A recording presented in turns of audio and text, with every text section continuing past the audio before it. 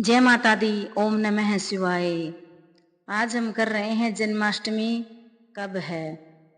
श्री कृष्ण जन्माष्टमी का त्योहार कृष्ण भक्तों के लिए एक उत्सव के समान होता है, जिसे हर हिंदू धर्म में पूरी भक्ति और आस्था के साथ मनाया जाता है।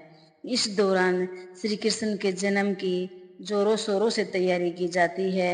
साथ ही भक्त शुभ मुहूर्त में भगवान श्री कृष्ण की पूजा अर्चना करते हैं और उनके जन्म का उत्सव मनाते हैं।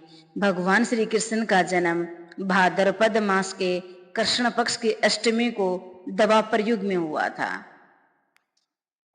इस बार जन्माष्टमी की तिथि को लेकर विशेष संयोग बना है, जिसके कारण 15 और 16 अगस्त दोनों ही तारीखों में लोग भ्रम की स्थिति में हैं। दरअसल भाद्रपद के कृष्ण पक्ष की अष्टमी का प्रारंभ 15 अगस्त 2025 को रात 11 बजे होगा और यह 16 अगस्त की रात 9:34 तक रहेगा। हालांकि 15 अगस्त की रात को न तो रोहिणी नक्षत्र का संयोग रहेगा और न ही वृषभ चंद्रमा वृषभ राशि में होंगे, इसलिए 15 अगस्त को जन्माष्टमी का व्रत रखना या पूजन करना ज्योतिष शास्त्रों के अनुसार उचित नहीं बताया गया है। 16 अगस्त को अष्टमी तिथि दिन भर रहेगी। इसी रात चंद्रमा वृषभ राशि में प्रवेश करेंगे।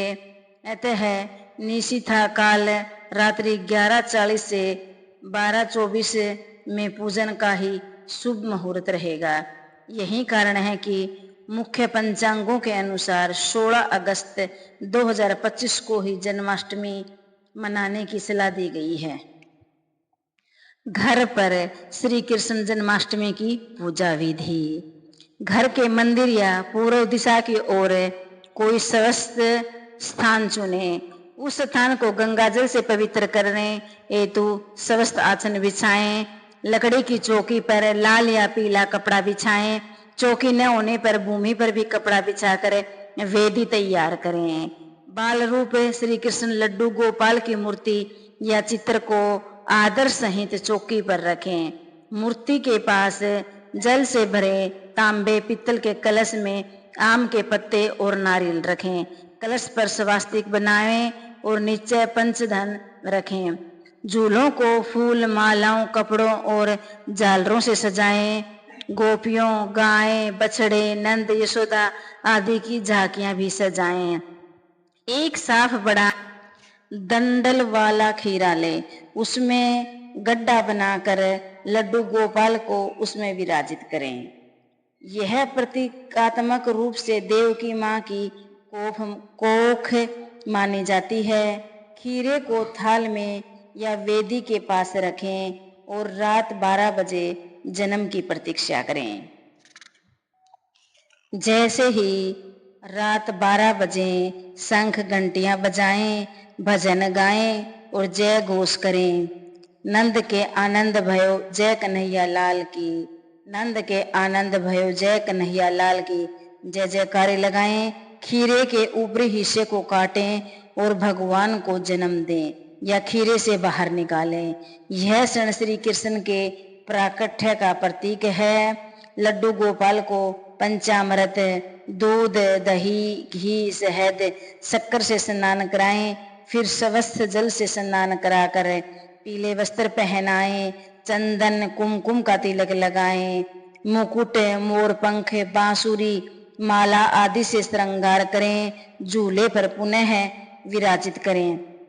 चौकी पर पान का पत्ता सुपारी सिक्का रखें। घी का दीपक अगरबत्ती धूप जलाएं। रात 12 बजे के बाद भजन कीर्तन करें। झूला झुलाएं और जन्म उत्सव मनाएं। चंदन अक्षत पुष्प तुलसी पत्र चढ़ाएं। माखन मिश्री पंजीरी मौसमी फल पंचामृत आदि का भोग लगाएं। पूजा थाल से आरती करें। प्रसाद भक्तों में बांटें और समय भी ग्रहण करें। यदि संभव हो तो रात्रि को जागरण करें। श्री कृष्ण की कथाएं भजन मंत्र का जाप करें। व्रत के अगले दिन पारायण सूर्योदय के बाद फलाहार या पंचामृत से करें। ये था श्री कृष्ण के जन्म की। श्री सुखदेव जी कहते हैं, परीक्षित, अब समस्त शुभ गुणों से युक्त बहुत सुहावना समय आया। रोहिणी नक्षत्र था। आकाश के सभी नक्षत्र, ग्रह और तारे शांत सौम्य हो रहे थे। दिशाएं स्वच्छ प्रसन्न थी। निर्मल आकाश में तारे जगमगा रहे थे। पृथ्वी के बड़े बड़े नगर, छोटे छोटे गांव, अहीरों की बस्तियां और हीरे आदि के खाने मंडमल्य में हो रही थी। नदियों का जल निर्मल हो गया था। रात्रि के समय भी सरोवर में कमल खिल रहे थे। वन में वृक्षों की पत्तियां रंग बिरंगे पुष्पों के गुच्छों से लद गई थी। कहीं पक्षी चहक रहे थे तो कहीं और गुनगुना रहे थे। उस समय परम पवित्र और शीतल मंद सुगंध वायु अपने स्पर्श से लोगों को सुखदान करती हुई बह रही थी। ब्राह्मणों के अग्निहोत्री के कभी न बुझने वाली अग्नियाँ, जो कंस के अत्याचार से बुझ गई थी, वे इस समय अपने आप जल उठी थी। संत पुरुष पहले से ही चाहते थे कि असुरों की बढ़ती न होने पाए। अब उनका मन सहसा प्रसन्नता से भर गया। जिस समय भगवान के अभिभावक अवसर आया, स्वर्ग में देवताओं की दुंदुभियों अपने आप बज उठी। किन्नर और गंधर्व मधुर स्वर में गाने लगी तथा सिद्ध और चारण भगवान के मंडलमय गुणों की स्तुति करने लगे। विधाधारियां अप्सराओं के साथ नाचने लगी। बड़े बड़े देवता और ऋषि मुनि आनंद से भरकर पुष्पों की वर्षा करने लगे। जल से भरे हुए बादल समुद्र के पास जाकर धीरे धीरे गर्जना करने लगे। जन्म मृत्यु के चक्र से छुड़ाने वाले जनार्दन के अवतार का समय था निशित। चारों ओर अंधकार का साम्राज्य था। उसी समय सबके हृदय में विराजमान भगवान विष्णु देव रूपिणी देवकी के गर्भ से प्रकट हुए, जैसे पूर्व दिशा में 16 कलाओं से परिपूर्ण चंद्रमा का उदय हो गया हो। वसुदेव जी ने देखा, उनके सामने एक अद्भुत बालक है। उसके नेत्र कमल के समान कोमल और विशाल हैं। 4 सुंदर हाथों में शंख, गदा, चक्र और कमल लिए हुए हैं। वक्ष स्थल पर श्रीवत्स का चिन्ह अत्यंत सुंदर स्वर्णमय रेखा है। गले में कौस्तुभम मणि झिलमिला रही है। वर्षाकालीन मेघ के सामने समान परम सुंदर श्यामल शरीर पर मनोहर पीतांबर फहरा रहा है। बहुमूल्य वैदुर्ण्य मणि के किरीट और कुंडली के कांति से सुंदर सुंदर घुंघराले बाल सूर्य की किरणों के समान चमक रहे हैं। कमर में चमचमाती कर्दनी की लड़ियां लटक रही हैं। बाहों में बाजूबंद और कलाइयों में कंगन शोभायमान हो रहे हैं। इन सब आभूषणों से सुशोभित बालक के अंग अंग अनोखी छटा छिटक रही है। जब वासुदेव जी ने देखा कि मेरे पुत्र के रूप में तो स्वयं भगवान ही आए हैं, तब पहले तो उन्हें असीम आश्चर्य हुआ, फिर आनंद से उनकी आंखें खिल उठी। उनका रोम रोम परमानंद में मगन हो गया। श्री कृष्ण का जन्मोत्सव मनाने की उतावली में उन्होंने उसी समय ब्राह्मणों के लिए 10,000 गायों का संकल्प कर दिया। परीक्षित भगवान श्री कृष्ण अपनी अंक कांति से सूतिका ग्रहों को जगमगा रहे थे। जब वासुदेव जी को यह निश्चय हो गया कि ये तो परम पुरुष परमात्मा ही है, तब भगवान का प्रभाव जान लेने से उनका सारा भय जाता रहा। अपनी बुद्धि स्थिर करके उन्होंने भगवान के चरणों में अपना सिर झुका दिया और फिर हाथ जोड़कर वे उनकी स्तुति करने लगे। वासुदेव जी ने कहा, मैं समझ गया कि आप प्रकृति से अतीत साक्षात पुरुषोत्तम हैं। आपका स्वरूप है केवल अनुभव और केवल आनंद। आप समस्त बुद्धियों के एकमात्र साक्षी हैं। आप ही सर्ग के आदमी अपनी प्रकृति से इस त्रिगुणमय जगति के सृष्टि करते हैं। फिर उसमें प्रविष्ट न होने पर भी आप प्रविष्ट के समान जान पड़ते हैं। जैसे जब तक महतत्व आदि कारण तत्व पृथक पृथक रहते हैं तब तक उनकी शक्ति भी पृथक पृथक होती है। जब वे इंद्रियादि 16 विकारों को साथ मिलते हैं तभी इस ब्रह्मांड की रचना करते हैं और इसे उत्पन्न करके इसी में अनुप्रविष्ट से जान पड़ते हैं। परंतु सच्ची बात तो यह है कि वे किसी भी पदार्थ में प्रवेश नहीं करते। ऐसा होने का कारण यह है कि उनसे बनी हुई जो भी वस्तु है उसमें वह पहले से ही विद्यमान रहते हैं। ठीक वैसे ही बुद्धि के द्वारा केवल गुणों के लक्षणों का ही अनुमान किया जाता है। इंद्रियों के द्वारा केवल गुणमय विषयों का ही ग्रहण होता है। यद्यपि आप उनमें रहते हैं फिर भी उन गुणों के ग्रहण से आपका ग्रहण नहीं होता। इसका कारण यह है कि आप सब कुछ हैं, सबके अंतर्यामी हैं और परमार्थ सत्य आत्मस्वरूप हैं। गुणों का आवरण आपको ढक नहीं सकता, इसलिए आप में न बाहर है न भीतर। फिर आप किस में प्रवेश करेंगे? इसलिए प्रवेश न करने पर भी आप प्रवेश किए हुए के समान दिखते हैं। जो अपने इन दृश्य गुणों को अपने से पृथक मानकर सत्य समझता है वह अज्ञानी है, क्योंकि विचार करने पर ये देह गेह आदि पदार्थ वाग्विलास के सिवा और कुछ नहीं सिद्ध होते। विचार के द्वारा जिस वस्तु का अस्तित्व सिद्ध नहीं होता बल्कि जो बाधित हो जाती है उसको सत्य मानने वाला पुरुष बुद्धिमान कैसे हो सकता है? प्रभु कहते हैं कि आप स्वयं समस्त क्रियाओं, गुणों और विकारों से रहित हैं। फिर भी इस जगति के सृष्टि, स्थिति और प्रलय आपसे ही होते हैं। यह बात परम ऐश्वर्यशाली पार ब्रह्म परमात्मा आपके लिए असंगत नहीं है, क्योंकि तीनों गुणों के आश्चर्य आप ही हैं। इसलिए उन गुणों के कार्य आदि का आप में ही आरोप किया जाता है।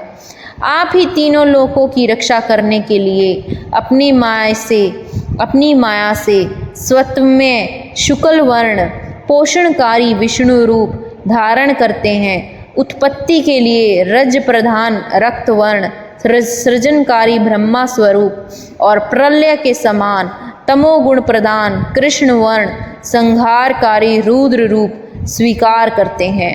प्रभु आप सर्वशक्तिमान और सबके स्वामी हैं। इस संसार की रक्षा के लिए ही आपने मेरे घर अवतार लिया है। आजकल कोटि कोटि असुर सेनापतियों ने राजा का नाम धारण कर रखा है और अपने अधीन बड़ी बड़ी सेनाएं कर रखी हैं। आप उन सब का संहार करेंगे। देवताओं की भी आराध्य देव प्रभु यह कंस बड़ा दुष्ट है। इसे जब मालूम हुआ कि आपका अवतार हमारे घर होने वाला है तब उसने आपके भय से आपके बड़े भाइयों को मार डाला। अभी उसके दूत आपके अवतार का समाचार उसे सुनाएंगे और वह अभी अभी हाथ में शस्त्र लेकर दौड़ा आएगा। श्री सुखदेव जी कहते हैं, परीक्षित, इधर देवकी ने देखा कि मेरे पुत्र में तो पुरुषोत्तम भगवान के सभी लक्षण मौजूद हैं। पहले तो उन्हें कंस से कुछ भय मालूम हुआ, परंतु फिर वे बड़े पवित्र भाव से मुस्कुराती हुई स्तुति करने लगी।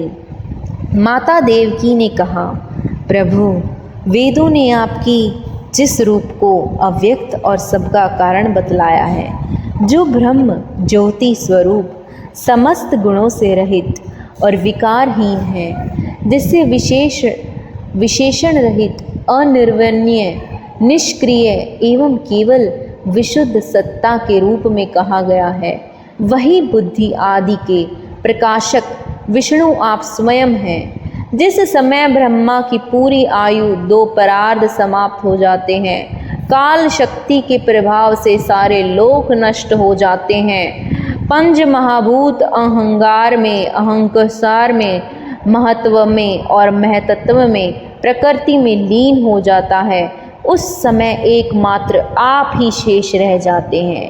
इसी से आपका एक नाम शेष भी है। प्रकृति के एकमात्र सहायक प्रभु निमेषेश से लेकर वर्ष पर्यंत अनेक विभागों में विभक्त जो काल है, जिसकी चेष्टा से यह संपूर्ण विश्व सचेष्ट हो रहा है और जिसकी कोई सीमा नहीं है, वह आपकी लीला मात्र है। आप सर्वशक्तिमान और परम कल्याण के आश्चर्य हैं। मैं आपकी शरण लेती हूँ प्रभु। यह जीव मृत्युग्रस्त हो रहा है। यह मृत्यु रूप कराल व्यालस्य से भयभीत होकर संपूर्ण लोकांतरों में भटकता रहा है, परंतु इसे कभी कहीं भी ऐसा स्थान न मिल सका जहाँ यह निर्भय होकर रहे। आज बड़े अभाग्य से इसे आपके चरणार्ध विंधारकों के शरण मिल गई है। अतः अब यह स्वस्थ होकर सुख की नींद सो रहा है। औरों की तो बात ही क्या है, स्वयं मृत्यु भी इससे भयभीत होकर भाग गई है। प्रभु आप हैं भक्त भयहारी और हम लोग इस दुष्ट कंस से बहुत ही भयभीत हैं। अतः आप हमारी रक्षा कीजिए। आपका यह चतुर्भुज दिव्य रूप ध्यान की वस्तु है। इसे केवल मांस मंजामय शरीर पर ही दृष्टि रखने वाले देहाभिमानी पुरुषों के समान प्रकट मत कीजिए। मधुसूदन, इस पापी कंस को यह बात मालूम न हो कि आपका जन्म मेरे गर्भ से हुआ है। मेरा धैर्य टूट रहा है। आपके लिए मैं कंस से बहुत डर रही हूँ। विश्वात्मान, आपका यह रूप अलौकिक है। आप शंख चक्र गदा और कमल की शोभा से युक्त अपना यह चतुर्भुज रूप छिपा लीजिए। प्रलय के समय आप इस संपूर्ण विश्व को अपने शरीर में वैसे ही स्वाभाविक रूप से धारण करते हैं जैसे कोई मनुष्य अपने शरीर में रहने वाले छिद्र रूप आकाश को। वही परम पुरुष परमात्मा आप मेरे गर्भवासी हुए। यह आपकी अद्भुत मनुष्य लीला नहीं तो और क्या है। श्री भगवान ने कहा, देवी, स्वयंभू मनवतरे में जब तुम्हारा पहला जन्म हुआ था, उस समय तुम्हारा नाम था पृश्नी और ये वासुदेव सुतपा नाम के प्रजापति थे। तुम दोनों के हृदय बड़े ही शुद्ध थे। जब ब्रह्मा जी ने तुम दोनों को संतान उत्पन्न करने की आज्ञा दी, तब तुम लोगों ने इंद्रियों का दमन करके उत्कृष्ट तपस्या की। तुम दोनों ने वर्षा, आयु, घाम, शीत, उष्ण आदि काल के विभिन्न गुणों का सहन किया और प्राणायाम के द्वारा अपने मन के मल धो डाले। तुम दोनों कभी सूखे पत्ते खा लेते और कभी हवा पीकर ही रह जाते। तुम्हारा चित्त बड़ा शांत था।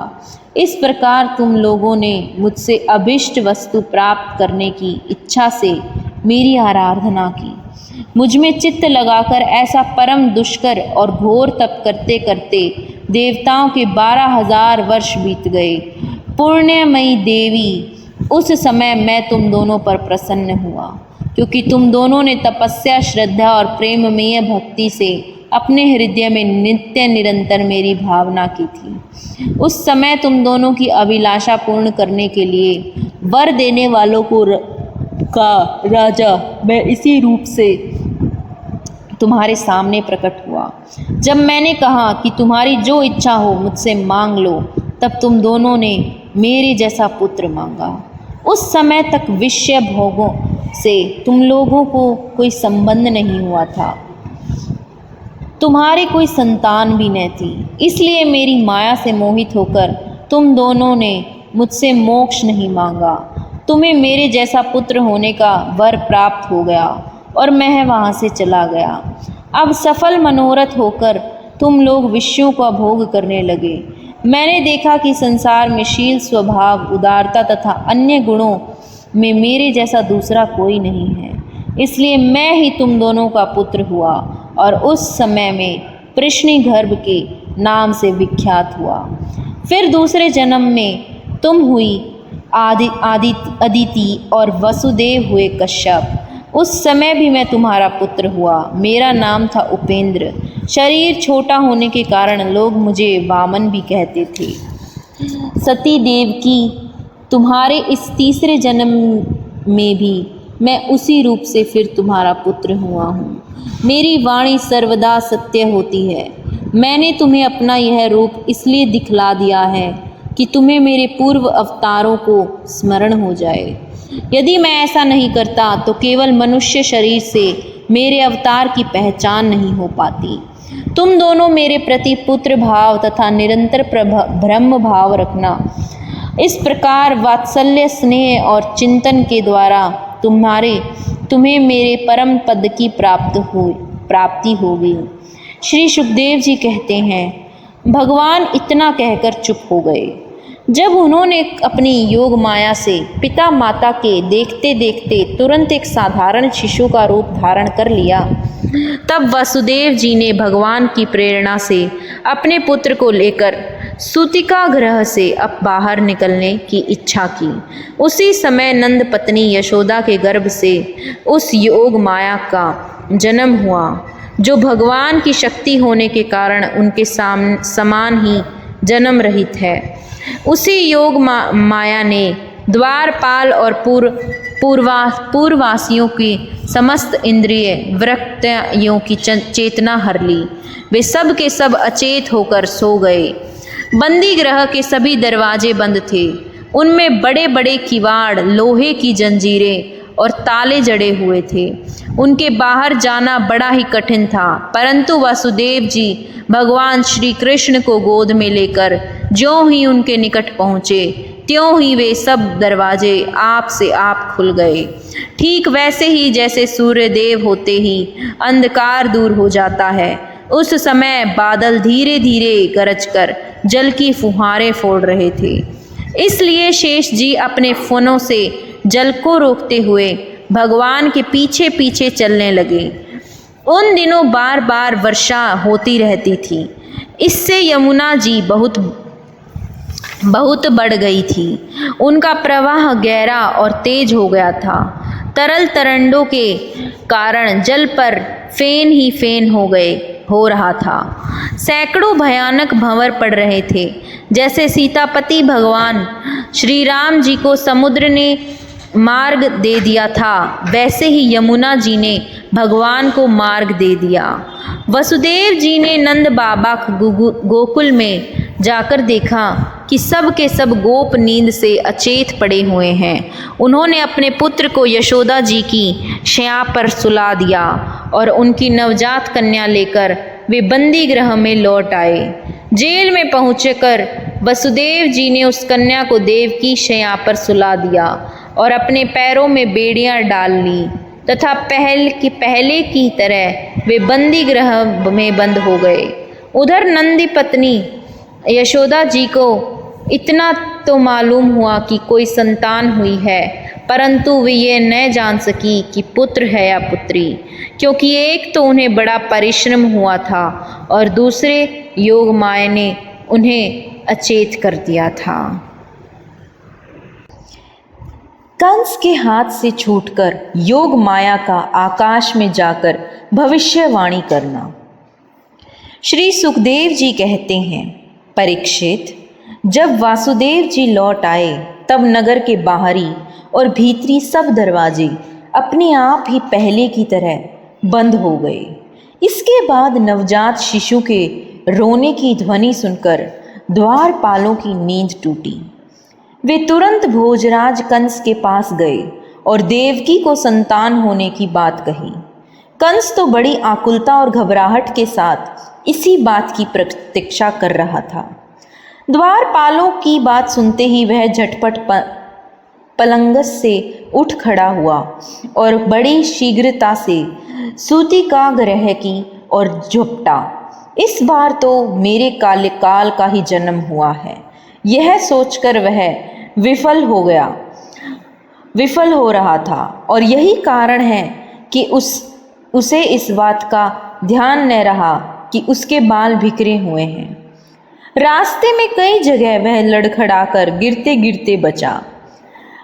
बंदी गृह में पहुंचने पर सती देवकी ने बड़े दुख और करुणा के साथ अपने भाई कंस से कहा, मेरे हितैषी भाई, यह कन्या तो तुम्हारी पुत्र वधू के समान है, स्त्री जाति के हैं। तुम्हें इस स्त्री की हत्या कदापि नहीं करनी चाहिए। भैया, तुमने देववश मेरे बहुत से अग्नि के समान तेजस्वी बालक मार डाले। अब केवल यही एक कन्या बची है, इसे तो मुझे दे दो। अवश्य ही मैं तुम्हारी छोटी बहन हूँ, मेरे बहुत से बच्चे मर गए हैं, इसलिए मैं अत्यंत दीन हूँ। मेरे प्यारे और समर्थ भाई, तुम मुझे मंदभागिनी को यह अंतिम संतान अवश्य दे दो। श्री सुखदेव जी कहते हैं, परीक्षित कन्या को अपनी गोद में छिपाकर देवकी जी ने अत्यंत दीनता के साथ रोते रोते याचना की। परंतु कंस बड़ा दुष्ट था। उसने देवकी जी को छिड़ककर उनके हाथ से वह कन्या छीन ली। अपनी उस नन्ही सी नवजात भांजी के पैर पकड़कर कंस ने उसे बड़े जोर से एक चट्टान पर दे मारा। स्वार्थ ने उसके हृदय से सौहार्द का समूल उखाड़ फेंका था। परंतु श्री कृष्ण की वह छोटी बहन साधारण कन्या तो थी नहीं, देवी थी। उसके हाथ से छूटकर तुरंत आकाश में चली गई और अपने बड़े बड़े 8 हाथों में आयुध लिए हुए दिख पड़ी। वह दिव्य माला, वस्त्र, चंदन और मणिमय आभूषणों से विभूषित थी। उसके हाथों में धनुष, त्रिशूल, बाण, ढाल, तलवार, शंख, चक्र और गदा, ये 8 आयुध थे। सिद्ध, चारण, गंधर्व, अप्सरा, किन्नर और नागगण बहुत से भेंट की सामग्री समर्पित करके उसकी स्तुति कर रहे थे। उस समय देवी ने कंस से यह कहा, रे मूर्ख, मुझे मारने से तुझे क्या मिलेगा? तेरे पूर्व जन्म का शत्रु तुझे मारने के लिए किसी स्थान पर पैदा हो चुका है। अब तू व्यर्थ निर्दोष बालकों की हत्या न किया कर। कंस से इस प्रकार कहकर भगवती योग माया वहां से अंतधारण हो गई और पृथ्वी के अनेक स्थानों में विभिन्न नामों से प्रसिद्ध हुई। देवकी की यह बात सुनकर कंस को असीम आश्चर्य हुआ।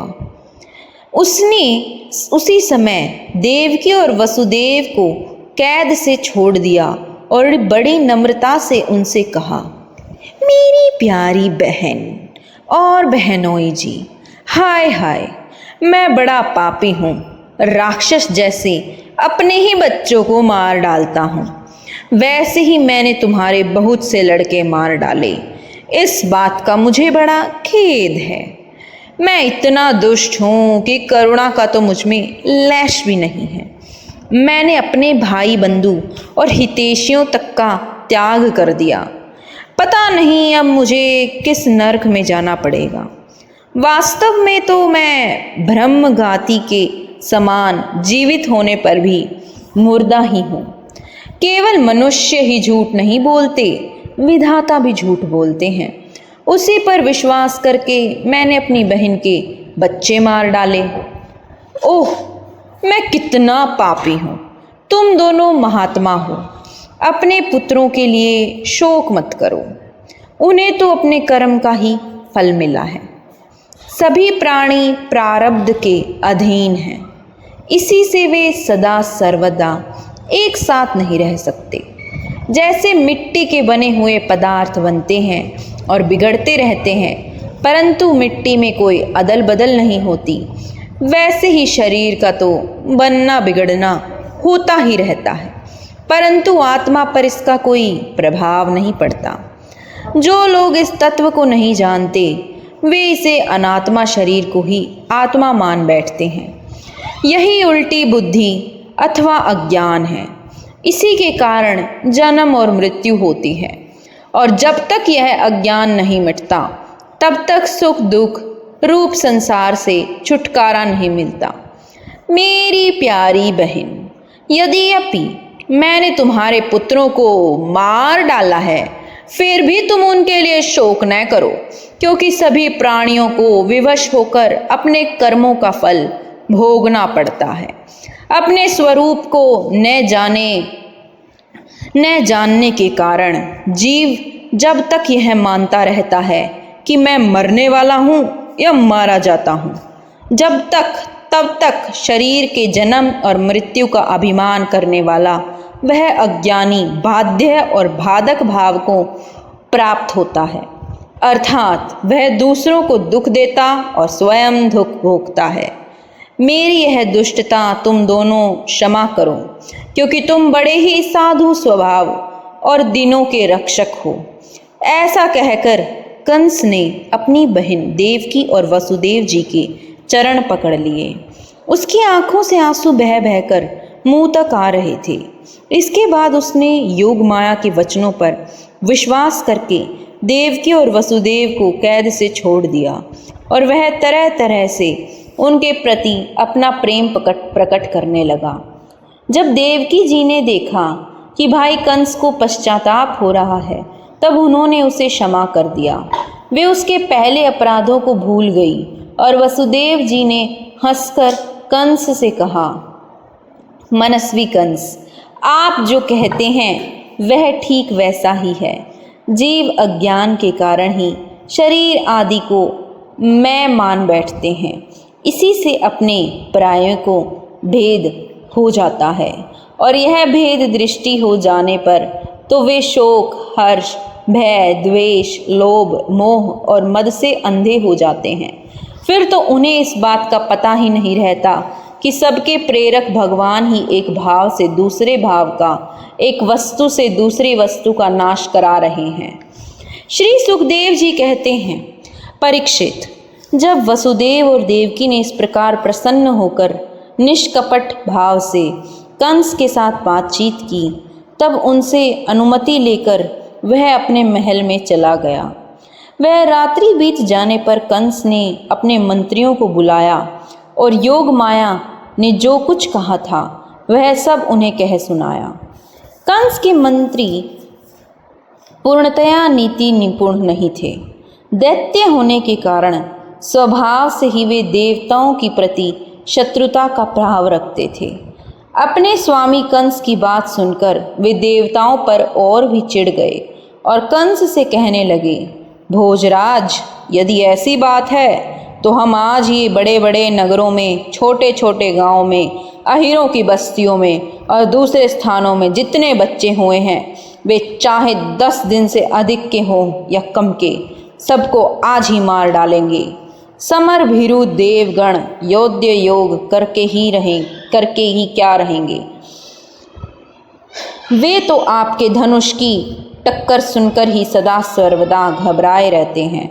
जिस समय युद्ध भूमि में आप चोट पर चोट करने लगते हैं, बाण वर्षा से घायल होकर अपने प्राणों की रक्षा के लिए सम्राण छोड़कर देवता लोग पलायन होकर इधर उधर भाग जाते हैं। कुछ देवता तो अपने अस्त्र शस्त्र जमीन पर डाल देते हैं और हाथ जोड़कर आपके सामने अपनी दीनता प्रकट करने लगते हैं।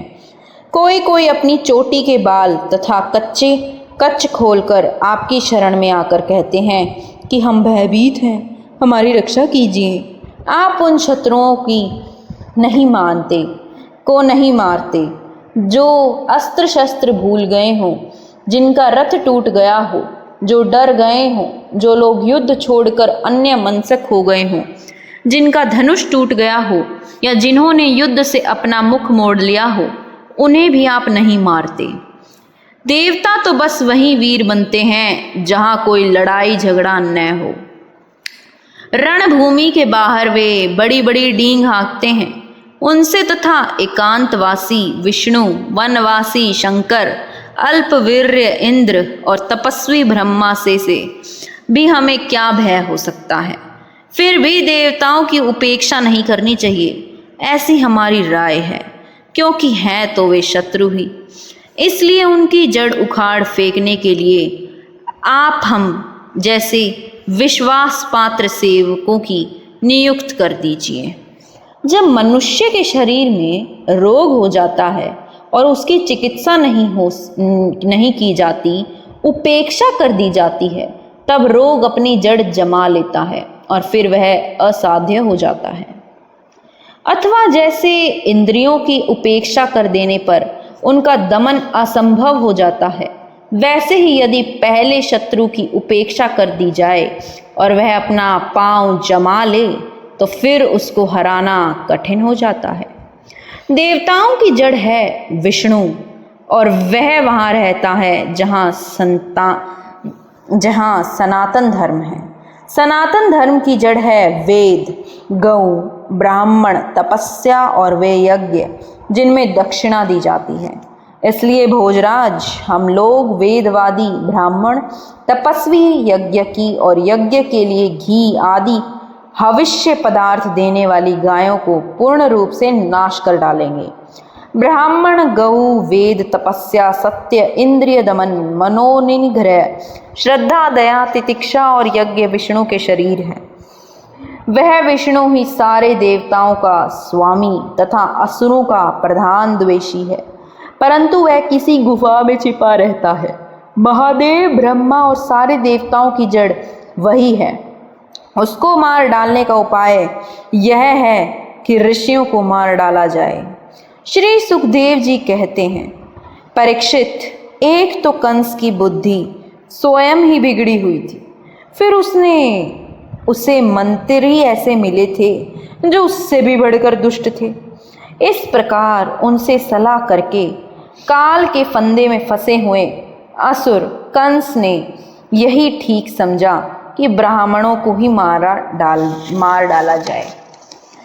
उसने हिंसा प्रेमी राक्षसों को संत पुरुषों की हिंसा करने का आदेश दे दिया। वे इच्छानुसार रूप धारण कर सकते थे। जब वे इधर उधर चले गए तब कंस ने अपने महल में प्रवेश किया। उन असुरों की प्रकृति थी रजोगुणी। तमोगुण के कारण उनका चित्त उचित और अनुचित के विवेक से रहित हो गया था। उनके सिर पर मौत नाच रही थी। यही कारण है कि उन्होंने संतों से द्वेष किया। परीक्षित, जो लोग महान संत पुरुषों का अनादर करते हैं, उनका वह कुकर्म उनकी आयु, लक्ष्मी, कीर्ति, धर्म, लोक परलोक, विषय भोग और सब के सब कल्याण के साधनों को नष्ट कर देता है। आशा कर गोकुल में भगवान का जन्मोत्सव। श्री सुखदेव जी कहते हैं, परीक्षित, नंद बाबा बड़े मनस्वी और उदार थे। पुत्र का जन्म होने पर तो उनका हृदय विलक्षण आनंद से भर गया। उन्होंने स्नान किया और पवित्र होकर सुंदर सुंदर वस्त्राभूषण धारण किए। फिर वेदज्ञ ब्राह्मणों को बुलवाकर स्वस्तिव वाचन और अपने पुत्र का जात कर्म संस्कार करवाया। साथ ही देवता और पितरों की विधि पूर्वक पूजा भी करवाई। उन्होंने ब्राह्मणों को वस्त्र और आभूषणों से सुसज्जित 2 लाख गौएं दान दी। रत्नों और सुनहले वस्त्रों से ढके हुए तिल के 7 पहाड़ दान दिए। संस्कारों से गर्भ शुद्धि होती है, यह प्रदर्शित करने के लिए अनेक दृष्टांतकों का उल्लेख करते हैं। समय से नूतन जल, अशुद्ध भूमि आदि, स्नान से शरीर आदि, प्रक्षालन से वस्त्र आदि, संस्कारों से गर्भ आदि, तपस्या से इंद्र आदि, यज्ञ से ब्राह्मण आदि, दान से धन धान्य आदि और संतोष से मन आदि द्रव्य शुद्ध होते हैं। परंतु आत्मा की शुद्धि तो आत्मा ज्ञान से होती है।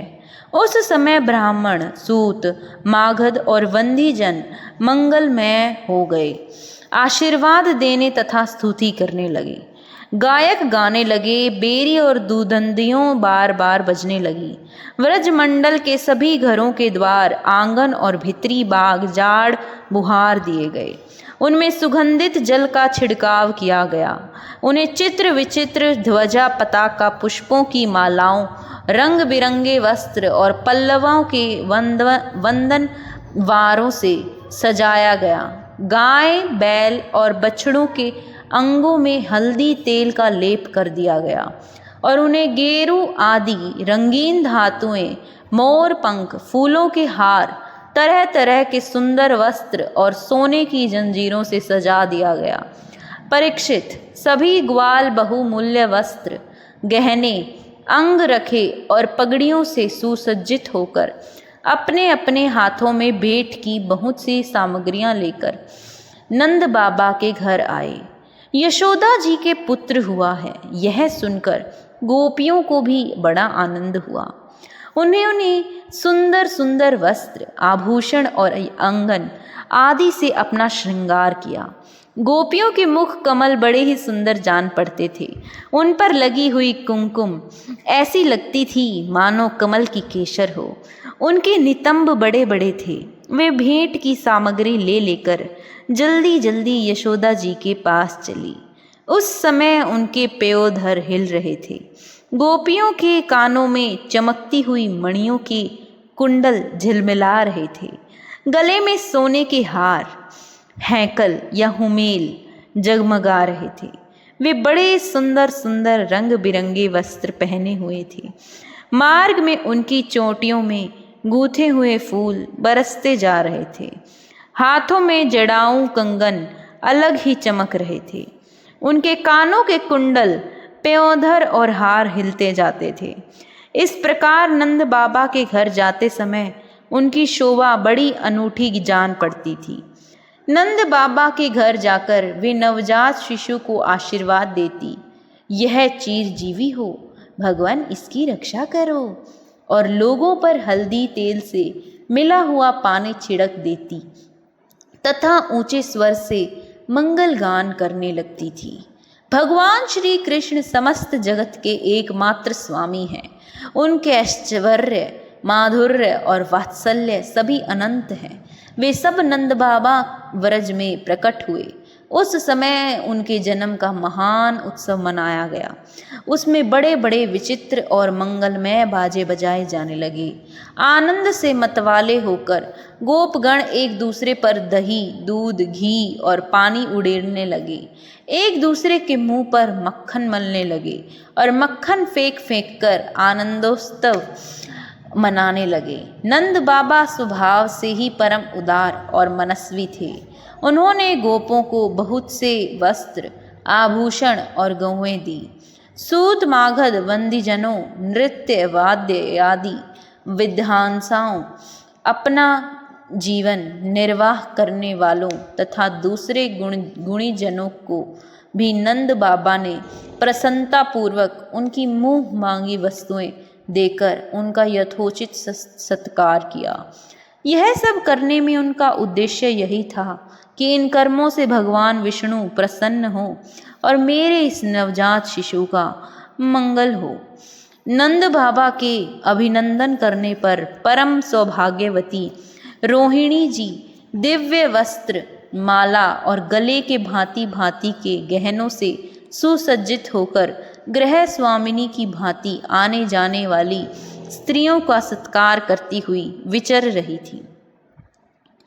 परीक्षित, उसी दिन से नंद बाबा के व्रज में सब प्रकार की रिद्धि सिद्धियां, अटखलियां करने लगी और भगवान श्री कृष्ण के निवास तथा अपने स्वाभाविक गुणों के कारण वह लक्ष्मी जी का क्रीड़ास्थल बन गया।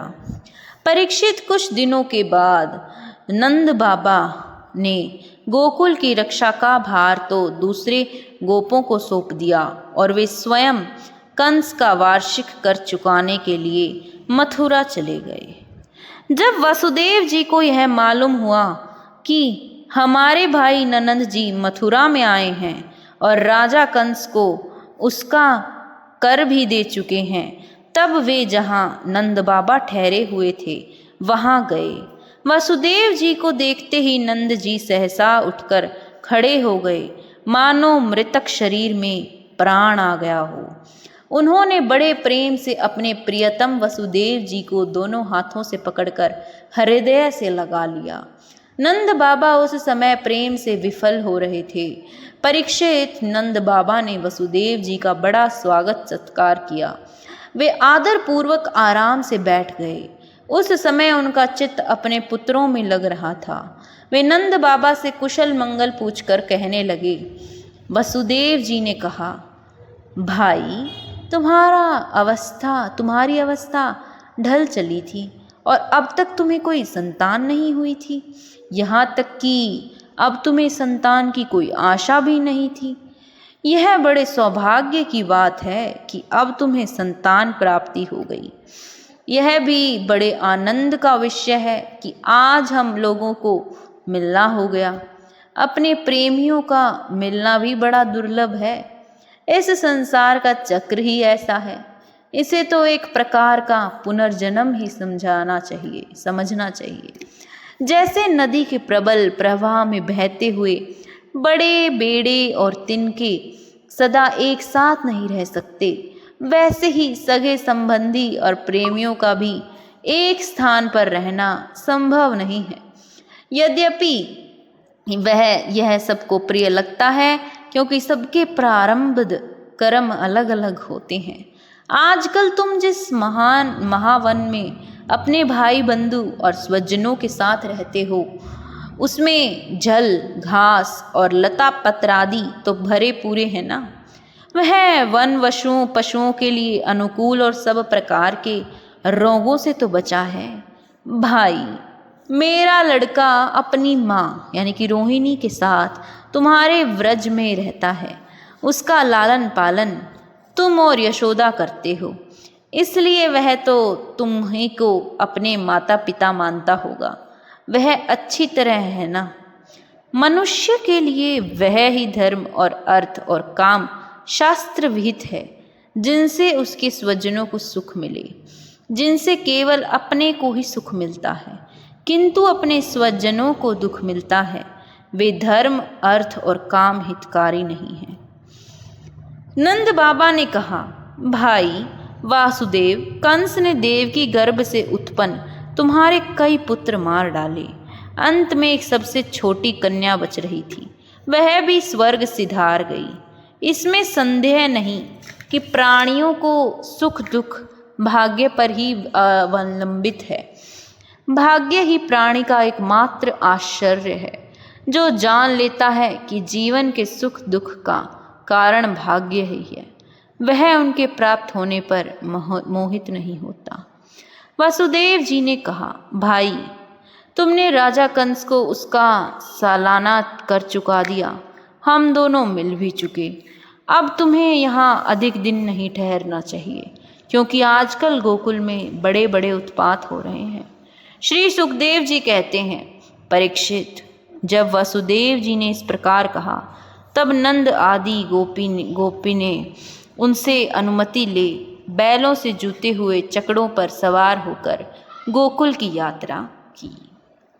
आशा करती हूँ आपको यह 5वां अध्याय पसंद आया होगा। 6ठे अध्याय के लिए चैनल को अभी सब्सक्राइब करें और वीडियो को लाइक करें।